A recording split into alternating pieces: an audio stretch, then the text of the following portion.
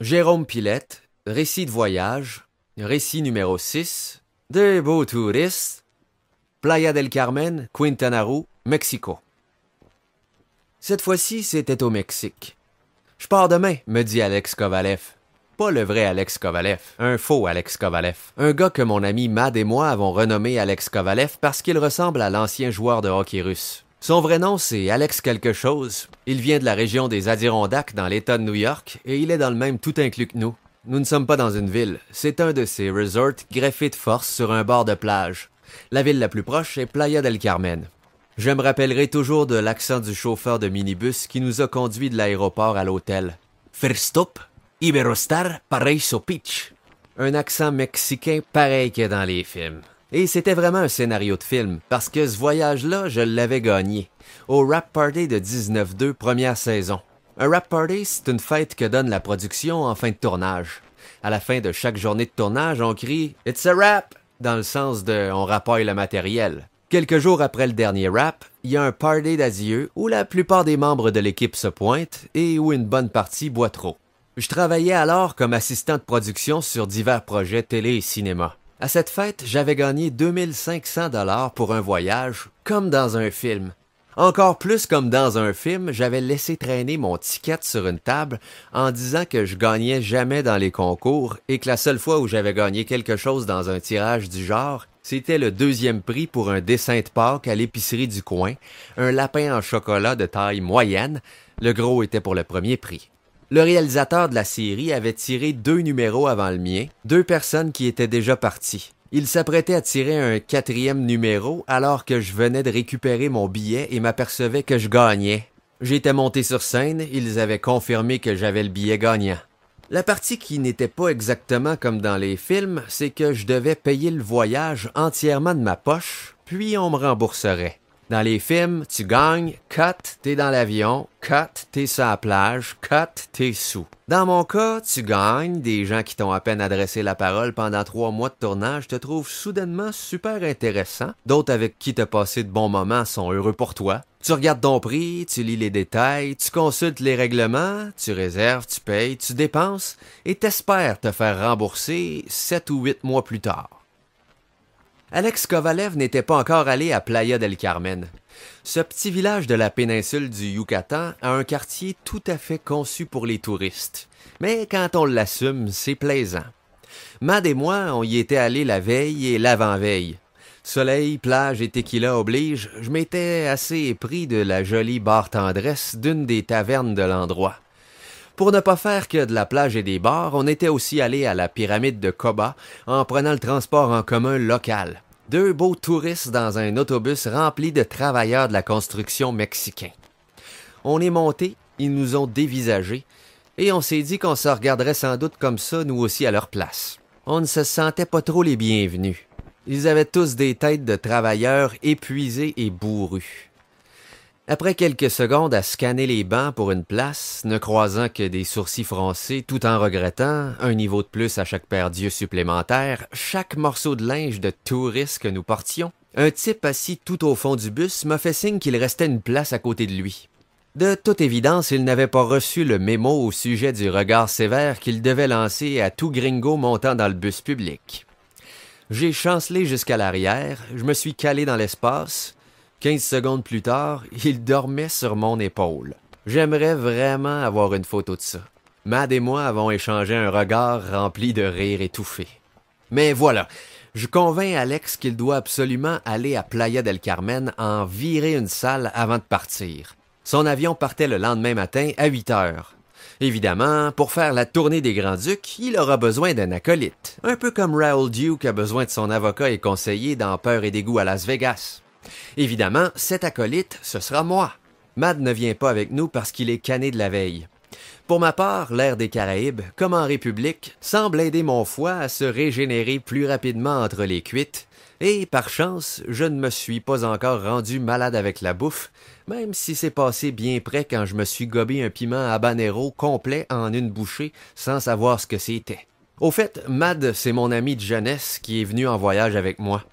Lui et moi, on est devenus potes dans un cours d'art plastique. On devait avoir 14 ou 15 ans à peu près. On a pris notre part de cuite ensemble au Québec. On a joué au COSOM pendant des années, comme coéquipier ou comme adversaire, dans la rue, à l'école, dans les ligues. Pendant un temps, on a fait quelques shows d'humour en duo. J'ai pas vraiment gardé de copains de l'école primaire, alors c'est un de mes plus vieux amis. Chaque matin au Mexique, son téléphone nous réveillait avec les premiers accords de Wouldn't it be nice? Na, na, na, na.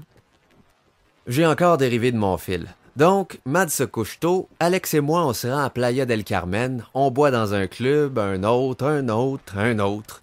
On fait un peu une tournée de tous les endroits que j'ai découverts avec Mad les soirées précédentes, en y ajoutant quelques intuitions. Des classiques comme le Coco Bongo, le Blue Parrot, le Tequila Barrel, où travaillait la belle Christina, pour qui je me serais marié, même si je ne crois pas au mariage. Et l'amitié et l'amour sont faciles en voyage. Mais aussi des endroits obscurs dont j'ai oublié le nom au premier shot de tequila, comme celui du dernier club où on s'est ramassé à 5 heures du matin. Un endroit plutôt petit, mais avec une bonne ambiance. Les gens y étaient amicaux, pas trop huppés ni maniérés comme à d'autres endroits où on était resté juste 2 minutes. On y jouait la meilleure musique qu'on a entendue de toute la nuit. On y danse, on y boit, on se met à parler avec 2 ou 3 personnes. Un type assez générique, taille moyenne, mince, cheveux bruns, teint basané, commence à nous payer des bières, sort sa grosse liasse de billets chaque fois. Nous, on se dit qu'il est heureux de nous faire découvrir l'hospitalité mexicaine. Un taxi pour rentrer à l'hôtel, ça devait coûter environ 10 $ US. Mais on est bourré et rentrer avec Marco, le type générique à l'alias, semble plus simple. Et il insiste pour nous raccompagner. Il insiste sûrement trop, mais on est sûrement trop sous pour s'en rendre compte. Alors on marche à sa suite dans les rues maintenant désertes de Playa del Carmen. La nuit est noire, chaude, pleine d'étoiles, parfaite. Un petit filet de nuages passe de temps en temps devant la lune. On marche au moins 20 minutes dans un dédale de ruelles et de petits chemins obscurs. On croise un type, une sorte de gardien de résidence, dirait-on, à qui Marco explique vaguement qui on est. On descend dans un stationnement souterrain, puis on embarque dans sa Volkswagen Golf noire. Alex en avant, moi à l'arrière, c'est une 2 portes. On roule, on roule. À ce moment-là, il commence déjà à faire jour. Alex et Marco discutent de choses et d'autres. Au fil de la conversation, les prises s'accumulent contre notre chauffeur. Marco a une double nationalité mexicaine et italienne pour son travail. Mais son travail, il ne nous dit pas trop ce que c'est. Il commence à raconter pas mal de trucs louches et à éviter de plus en plus de questions. Puis, on passe une guérite comme celle d'une douane. Alex et moi, on se regarde avec un « what the fuck » dans les yeux. On roule déjà depuis un bon bout de temps. En principe, pour retourner à notre hôtel, c'était 2 minutes de ville, puis 10 minutes d'autoroute. Là, on est je ne sais plus où, dans un quartier qui semble plutôt malfamé. Ici, il est bien de préciser que plus tôt dans la semaine, j'avais marché la moitié de la ville, seul, à 3 heures du matin, d'un bar de danseuses miteux du quartier industriel jusqu'à la rue touristique où je comptais demander Christina en mariage. Oui, l'amour est trop facile en voyage et en ébriété. Me séparant d'un énergumène camé originaire de Gatineau qui me payait des bières en insistant sur le fait qu'on ne se devait rien, malgré que nous ayons partagé le prix d'un taxi depuis l'hôtel, puis au passage m'engueulant avec des Mexicains qui n'aimaient pas que je leur demande mon chemin en anglais. De rappeler également que je me suis fait abandonner dans le Bronx quelques années plus tôt, et qu'à la base, à cette époque, je vis sur la rue Hochelaga, dans le quartier Centre-Sud à Montréal, entre un réparateur de motos qui reçoit sa part de motards aux vestes portant des badges de groupe officiels et un salon de massage avec fin heureuse où s'arrêtent des patrons de toute engeance, du rabbin à l'homme d'affaires en passant par le dealer et les pompiers en camion. Des manifs se terminaient au coin de ma rue et un type s'est déjà fait passer les menottes directement sur mon balcon. Je ne dis donc pas malfamé parce qu'un vieux matelas et 2-3 capotes traînent sur le bord du trottoir. L'endroit sentait le coup de couteau dans les reins, et ce, en plein jour. Évidemment, Alex et moi finissons par dessouler. La peur, ça fait dégriser plus rapidement. Quand on demande à Marco où on est, où il nous mène, il ne répond pas ou bien change de sujet. Il nous fait le coup à 3 reprises. Évidemment, nos cerveaux partent en vrille et on imagine un kidnapping, un vol d'organes et tout ce que tu veux. Après 2 ou 3 fois à lui dire de s'arrêter, 2 ou 3 fois où il ne répond pas, Alex met sa voiture manuelle au neutre et sort. Moi, je m'élance en avant et je pique les clés parce que le temps que je bouge le siège passager et sorte, Marco aurait pu redémarrer. On balance les clés dans la rue et on se met à courir. Déjà, je me dis, s'il est juste perdu, on a l'air de deux beaux tarés. Mais est-ce que j'ai vraiment envie de risquer un rein pour lui donner le bénéfice du doute? Après 3 coins de rue à courir, nos cardio nous rappellent qu'on a bu toute la nuit. On s'arrête dans une entrée, essoufflé, et on décide d'attendre un taxi. On saute dans le premier qui passe. What's your name? Marco. Appelez-nous onomastophobe si vous voulez, mais on s'est regardé, Alex et moi, et d'un commun accord, on a compris que ce chauffeur-là nous ramenait seulement à la guérite, et que de là, on prendrait un autre taxi, conduit par un type qui ne s'appellerait pas Marco. Vers 7h30 du matin, Alex et moi sommes revenus à l'hôtel, et aussitôt la grille d'entrée refermée derrière nous, nous nous sommes sautés dans les bras comme si on était deux vieux amis qui venaient de braver ensemble les plus grands périls du monde.